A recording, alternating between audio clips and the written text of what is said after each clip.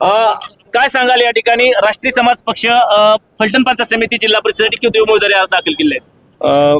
प्रथमतः राष्ट्रीय समाज पक्ष पंचायत समिती आणि जिल्हा परिषद आम्ही जिल्हा परिषदसाठी एकूण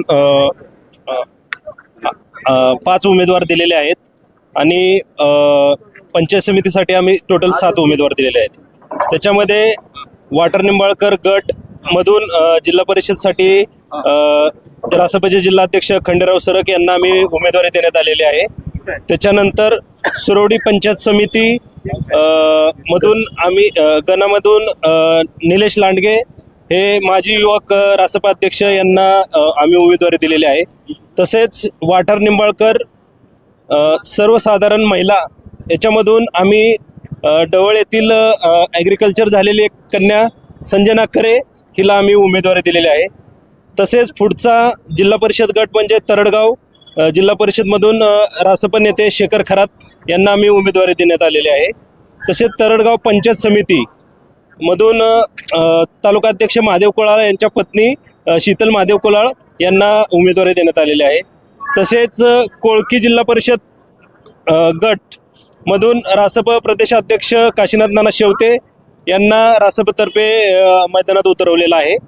आणि तिथून कोळकी पंचायत समितीमधून रासप युवक अध्यक्ष सुनील सोनवलकर यांना रासपतर्फे उमेदवारी देण्यात आलेली आहे. तसेच जाधववाडी गण मधून धनाजी लकडे यांना रासपतर्फे उमेदवारी देण्यात आलेली आहे. तसेच जो अनुसूचित जातीमध्ये बरड जिल्हा परिषद मधून आमचे रासप नेते रामदास केंगार यांना उमेदवारी दिलेली आहे. आणि बरड गणामधून साक्षी शेवते ॲडव्होकेट साक्षी शेवते हिला उमेदवारी दिलेली आहे. आणि दुधेबावी गणमधून मयुरी सोनवलकर यांना उमेदवारी देण्यात आलेली आहे. तसेच हिंगणगाव जिल्हा परिषद गट सुप्रिया लक्ष्मण सूळ प्राध्यापक सुप्रिया लक्ष्मण सूळ यांना उमेदवारी दिलेली आहे.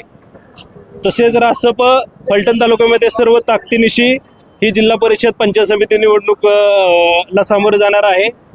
आणि आमचा विजय या ठिकाणी आम्ही ह्यावेळेस प्रत्यक्षात आजमावणार आहे. प्रचाराचे मुद्दे यावेळेस रस्त्याचा प्रश्न असेल. फलटण तालुक्याला खूप मोठा पाण्याचा प्रश्न आहे. पाण्याचा प्रश्न अजून सॉल्व्ह झालेला नाही आहे. रोजगाराचा प्रश्न आहे. आणि फलटण तालुक्यामध्ये ग्रामीण भागामधली जर रस्त्याची अवस्था बघितली तर आजूबाजूच्या तालुक्यात गेल्यानंतर आपल्याला कळेल की खूप फलटण तालुक्याच्या रस्त्याची बी अवस्था खूप खराब आहे. असे बरेच ग्रामीण भागातले एज्युकेशनवरती असेल असे ग्रामीण भागातले बरेचसे मुद्दे आहेत. त्याच्यावरती आम्ही निवडणुकीला सामोरं जाणार आहोत. आता प्रदेशाध्यक्ष काशीनाथ नाना शेवते बातचीत करतील. नमस्कार.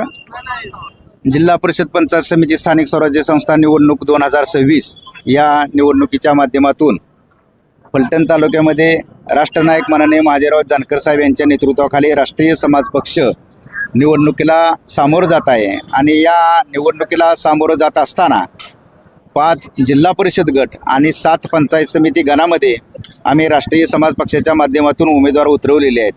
आणि अतिशय सर्वसामान्य कुटुंबातील आणि चळवळीतील कार्यकर्ते आहेत. आणि पक्षाची एकनिष्ठ राहून निष्ठेनं या निवडणुकीला सामोरं जाणार आहेत. सर्वसामान्यांच्या उमेदवार म्हणून हे सर्व उमेदवार आमचे या निवडणुकीला सामोरं जात आहेत. आणि त्याचबरोबर फलटण तालुक्यामधील जे काय आपण प्रश्न जर पाहिले तर शैक्षणिक दृष्टिकोनातून जर आज विचार केला तर ज्या जिल्हा परिषद शाळांची अवस्था आहे त्या अतिशय बकाल होत चाललेल्या आहे. जिल्हा परिषद शाळेचा पट कमी होत चालला आहे आणि जिल्हा परिषदेच्या शाळा बंद करायचा निर्णय शासन घेते. या शिक्षणाच्या मुद्द्यावरती राष्ट्रीय समाज पक्ष म्हणजे भरीव पद्धतीने लक्ष केंद्रित करून काम करणार आहे. त्याचबरोबर फलटण तालुक्यामध्ये बघितलं तर बेरोजगारीचं अतिशय मोठं संकट आहे. त्याचबरोबर जे आपल्या फलटण तालुक्यामधील जो धोम उजवा आपला निरा उजवा कॅनाल आहे, त्याचबरोबर धोंबलकवडे आहे, तसेच निरा देवधर आहे. या निरा देवधरचं अपुरं काम आणि त्याचबरोबर धोंबलकवडीचं आवर्तन आणि निरा उजव्याचं आवर्तन या गोष्टीविषयी आम्ही काम करणार आहे. त्याचबरोबर जो इरिगेटेड पट्टा आहे त्या पट्ट्यामध्ये जर आपण बघितलं तर जो निरा उजवा कॅनल आहे त्या निरा उजवा कॅनलचं अस्तरीकरण सुरू आहे आणि ते अस्तरीकरण जर झालं तर त्या कॅनलच्या लगत बऱ्याच शेतकऱ्यांनी जागा विकत घेऊन अतिशय महागड्या किमतीनं गुंठ्यावरती जागा विकत घेतलेल्या आहेत आणि त्या ठिकाणी विहिरी खांदून 4-4, 5-5, 7-7 किलोमीटरपर्यंत पाईपलाईन केलेल्या आहेत. ह्या जे शेतकऱ्यांनी स्वतःचा इन्व्हेस्टमेंट करून या दुष्काळाच्या खाईतून बाहेर पडण्यासाठी जो प्रयत्न केलेला आहे तो निश्चितपणे मातीमोल ठरणार आहे. त्याच्यासाठी आम्ही राष्ट्रीय समाज पक्ष त्या मुद्द्यावरती ह्या निवडणुकीला आम्ही सामोरं जाणार आहे. असे अनेक बरेच सर्वसामान्यांचे प्रश्न आहेत. सर्वसामान्यांची, दीनदलितांची आणि शेतमजुरांचे प्रश्न घेऊन आम्ही 2026च्या निवडणुकीला राष्ट्रनायक माननीय महादेवराव जानकर साहेब यांच्या नेतृत्वाखाली सामोरे जाणार आहोत. राष्ट्रीय समाज पक्षाचा आभारी तुमचं बोला की या ठिकाणी राष्ट्रीय समाज पक्षाने आपली भूमिका स्पष्ट केलेली आहे आणि किती उमेदवार त्यांनी दाखल केले त्या ठिकाणी स्पष्ट केले आहेत. आणखीन काही या ठिकाणी आपण आता